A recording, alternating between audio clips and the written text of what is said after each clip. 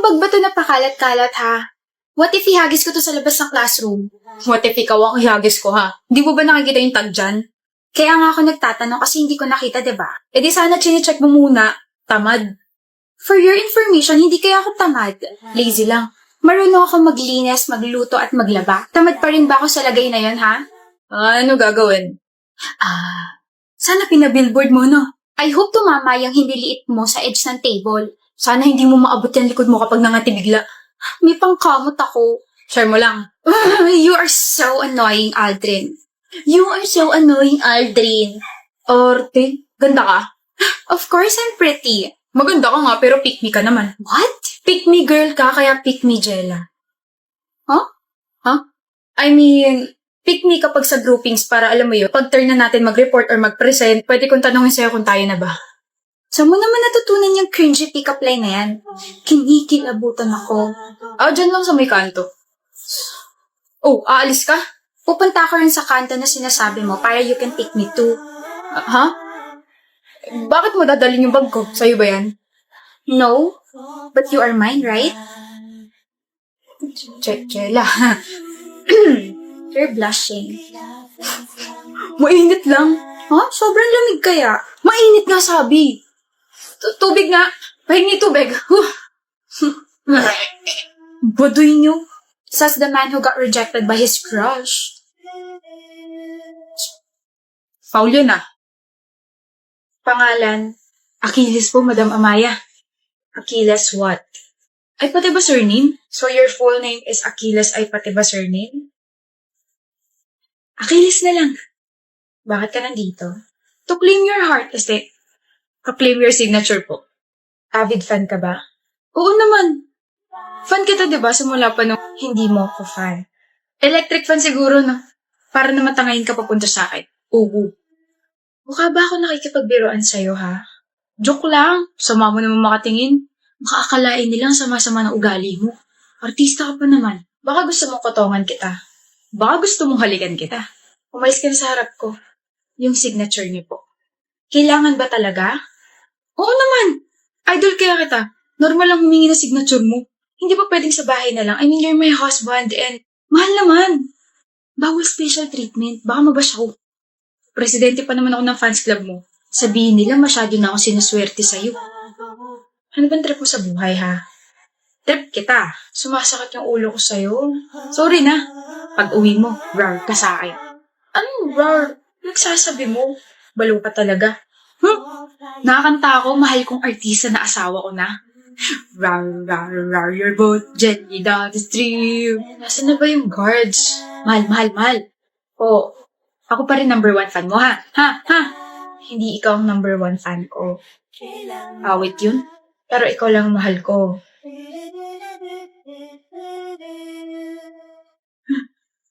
Huy! Medic! Diyos ko, Medi. My husband just fainted. Sorry. Alam ko. Alam ang alin. Ha? Alam kong gwapo ko, so please huwag mo na akong titigan. Alam ko rin. Na gusto mo nang ihampas sa akin yung dala mong bag. Iba na talaga mga kabataan eh. Ang kapal na mukha magbuhat ng sariling bangko.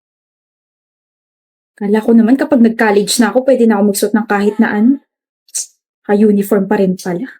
Init no? Pero at least we don't have to think kung ano yung pwede natin suotin araw-araw, di ba? Draven nga pala. Marketing irregular student. Okay, ano pangalan mo? Alam kong hindi mo ako titigilan base dyan sa mukha mo. Gladys, ayoko maging friends tayo.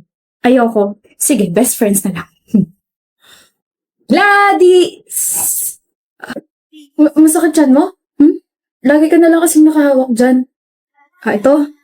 May abs kasi ako eh. Nag-aalala ka na sa akin na bored lang ako. Lalambot din yung puso mo sa akin. Gladys! What is the meaning of this? Bakit di mo kayo hintay? Tagal mo eh. Sabi mo sabay tayo pumasok. Di mo kayo mag-isa? Hindi. Ako sa'yo. Gladys, may iba ka pa bang friend? Wala. Meron! Ako. Pinilit mo kaya ako. Pero, hindi mo ba trip yung iba nating mga blockmates? Trip? And bakit hindi ka nakikihalubilo sa kanila? Dito ka na lang lagi sa likod nakapwesto like me. Trip ko sila pero hindi ko masabayan yung trip nila. Okay na. Ako? Sasabayan kita sa trip mo kahit lumangoy ka pa sa fish pond. Yung mga trip kong kaibigan, tahimik. Tahimik ako! Tahimik ako, Gladys. Promise. Sorry kung hindi ako nakapunta sa family dinner nyo kagabi, ah. Ayos lang. Hindi kasi ako pwede lumabas, eh. Draven, ayos lang. Nga pala, aalis ba kayo sa araw ng mga patay? Kasi kami, oo. Dadalawin namin yung grandparents namin. Saan nyo dadalawin? Baka mag-cross yung landas natin. Oh? Sa Manila Memorial Park, sa Columbarium. Doon din kami! Best friend talaga tayo. Doon lang po ako, ah. Kang lalayo.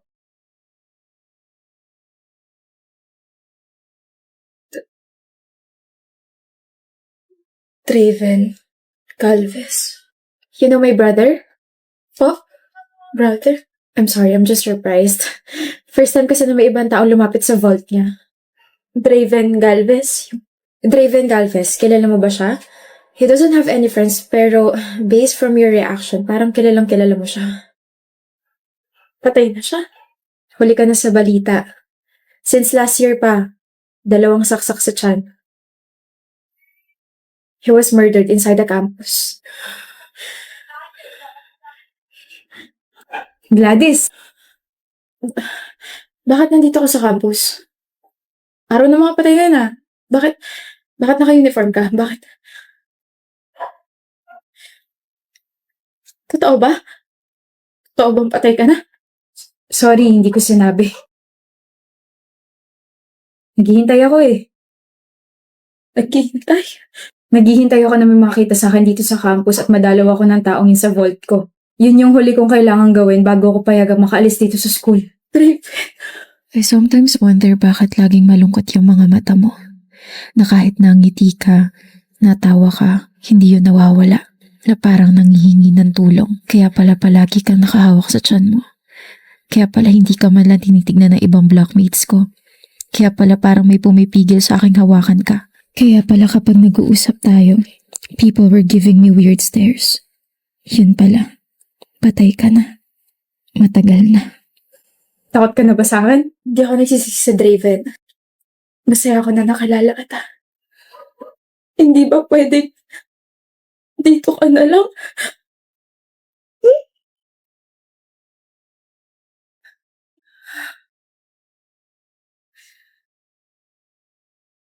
Gusto kong punasan yung luha mo kaso dito ka na lang. Gladys, hindi na pwede. Thank you. And sorry kung iiwan na kita rito ah. Kailangan ko na magpahinga na tuluyan eh. Bye Gladys. Salamat sa lahat. And that's it. That's the end of our story. I didn't even get a chance to sabihin I fell in love with him. I fell in love with Draven. Ano gusto mo sa isang lalaki, Hyra? Gusto ko yung matalino. Magaling ako sa math. Na medyo sweet clay. 1 plus 2 is equals to 4. Alam kong mali, pero sobra na isa kasi special ka. Salamat, Rubisco. Huh? Mr. Abile, what are you doing? Ma'am.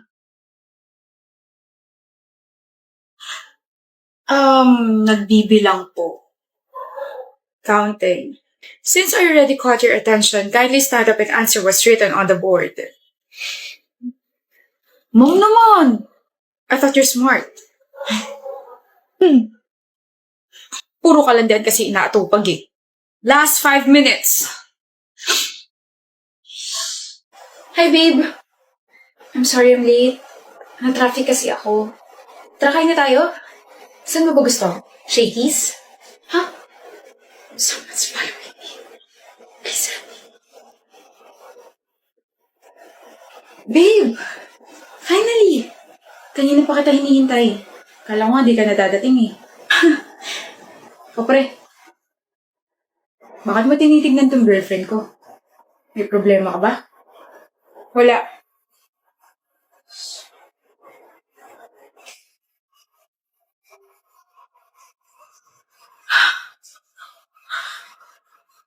Salamat.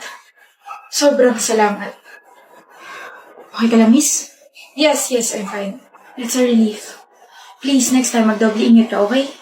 I was actually meeting with my friends pero baka kasi pati sila mapahamak kaya sa ibang route ako dumaan. Kaya ako yung nilapitan mo. Mukha ka naman kasing harmless. Talaga? Kung gusto mo, i-treat kita. Wow. My face really deceived, di ba? Huh? That guy keeps on following you? That's my brother.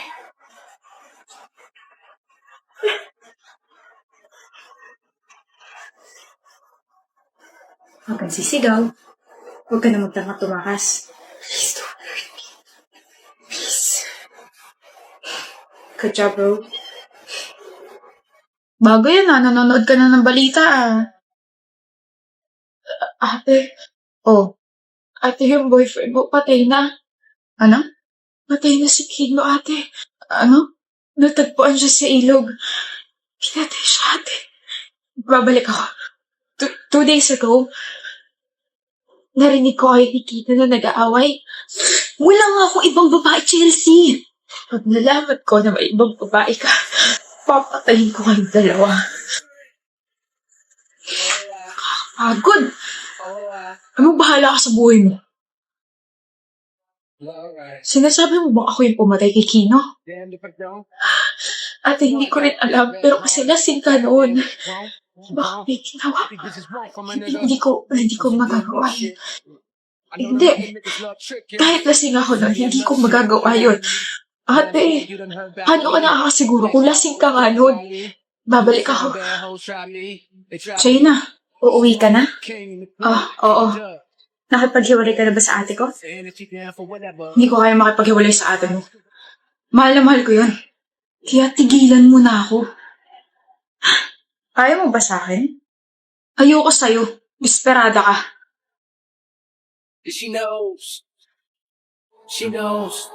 And I know she knows. And I know she knows.